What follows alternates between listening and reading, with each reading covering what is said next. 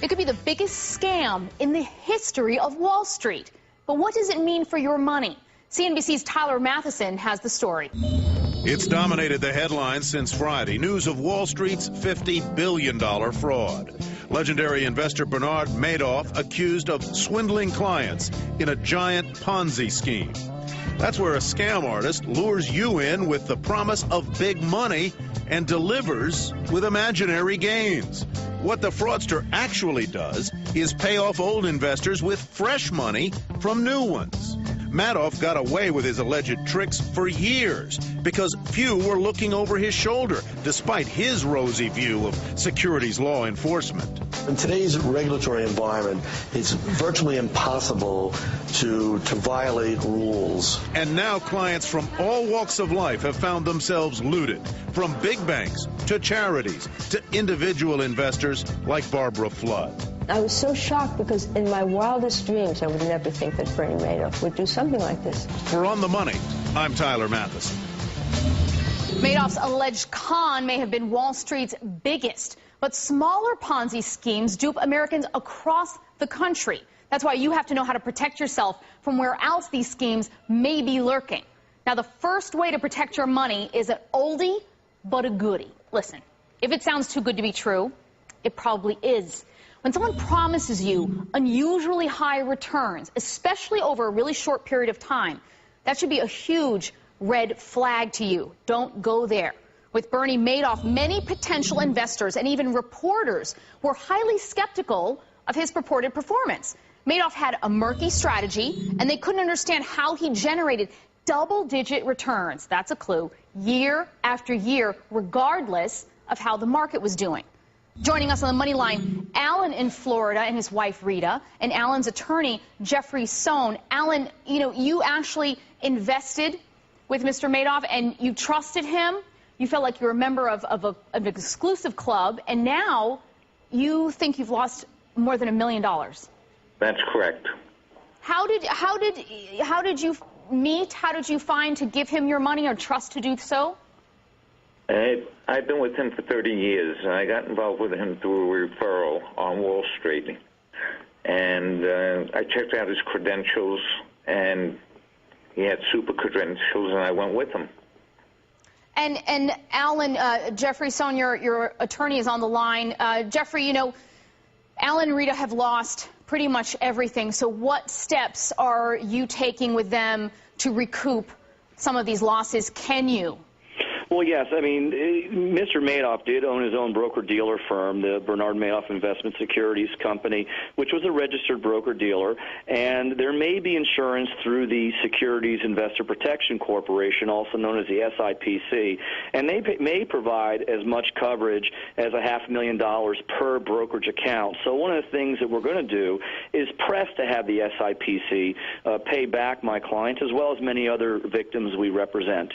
The second thing we're advising clients to do is go talk to their accountants, because many of them pay taxes on profits that now turned out to be phantom profits that just didn't exist. So their CPAs may actually be able to help them recoup some of those taxes that they paid on fraudulent returns.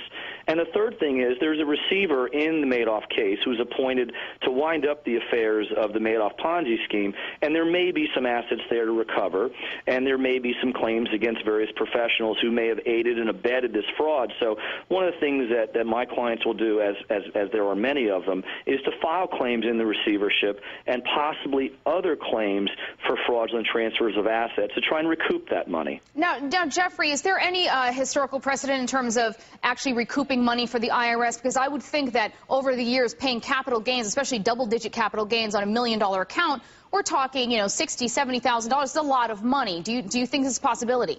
Well, I do. I mean, I'm not a CPA, but the CPAs that I've spoken to have explained that there may be something called a fraud deduction under Section 165 of the Code. So, again, I tell my clients, meet with your CPA. There may be things that they can do. And I've actually seen clients in Ponzi scheme cases get refunds from the government based upon the fact that they pay taxes on fraudulent income.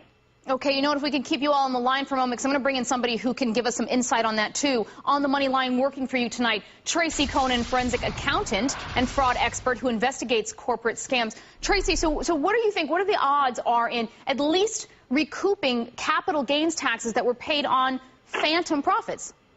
I think there's a pretty good chance for these investors to recoup something that they had paid taxes on in the past. And so I think that approaching the IRS is a very reasonable method and, you know, probably is going to work out at least somewhat for the taxpayers. Okay, and Alan, I would love to ask you and your wife in terms of what are you guys thinking about rebuilding? Because as you know, and I'm sure your lawyer has told you this is going to take some time, how do you plan on rebuilding? We really don't know. Right now, we're financially hurting severely. It's devastating. I mean, there is really, at our ages, nearing retirement for myself and my husband being retired on disability, there is really no way to recoup.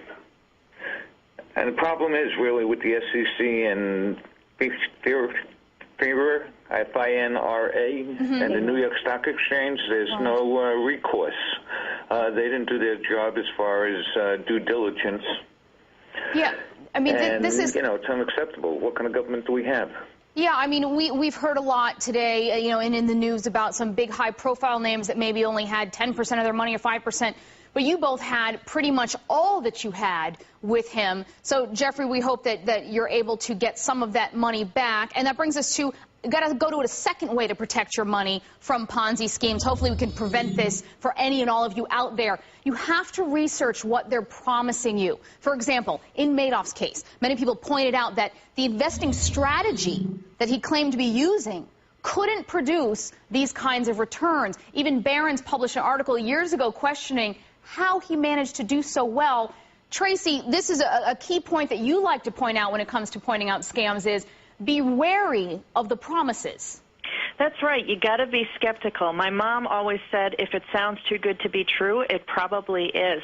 And so, again, these high rates of returns or situations in which these investment people are guaranteeing returns and telling you won't lose your money, those are huge red flags that consumers have to be looking for, and they've got to trust their gut instincts on these things. Yeah, and I think it's really hard for folks like Alan and Rita who, you know, when you form relationships, for example, you form relationships with a doctor or your lawyer, your accountant, so there's that trust issue there, which is why, you know, it kind of stinks. We all have to be very, very wary of people that we have financial relationships with. And, Tracy, that brings us to a third point that you bring about as a third way to protect yourself from Ponzi schemes. You got to ask for transparency. So this is where you ask for proof of method.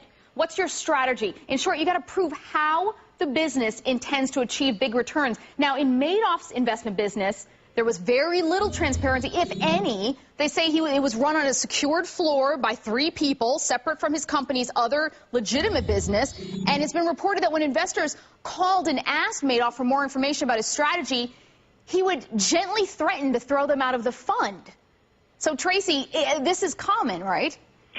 Well, certainly when there's something to hide, people take steps to hide things. And unfortunately, what happened to your guest tonight was he said this guy came with excellent credentials, and that's true. He had a very good reputation on Wall Street, and so when people did research on him, I'm sure they came up with those good reviews. Consumers really have to dig deep, though, and really look for third-party information that can be trusted. And if you come up with anything questionable, I say run the other way.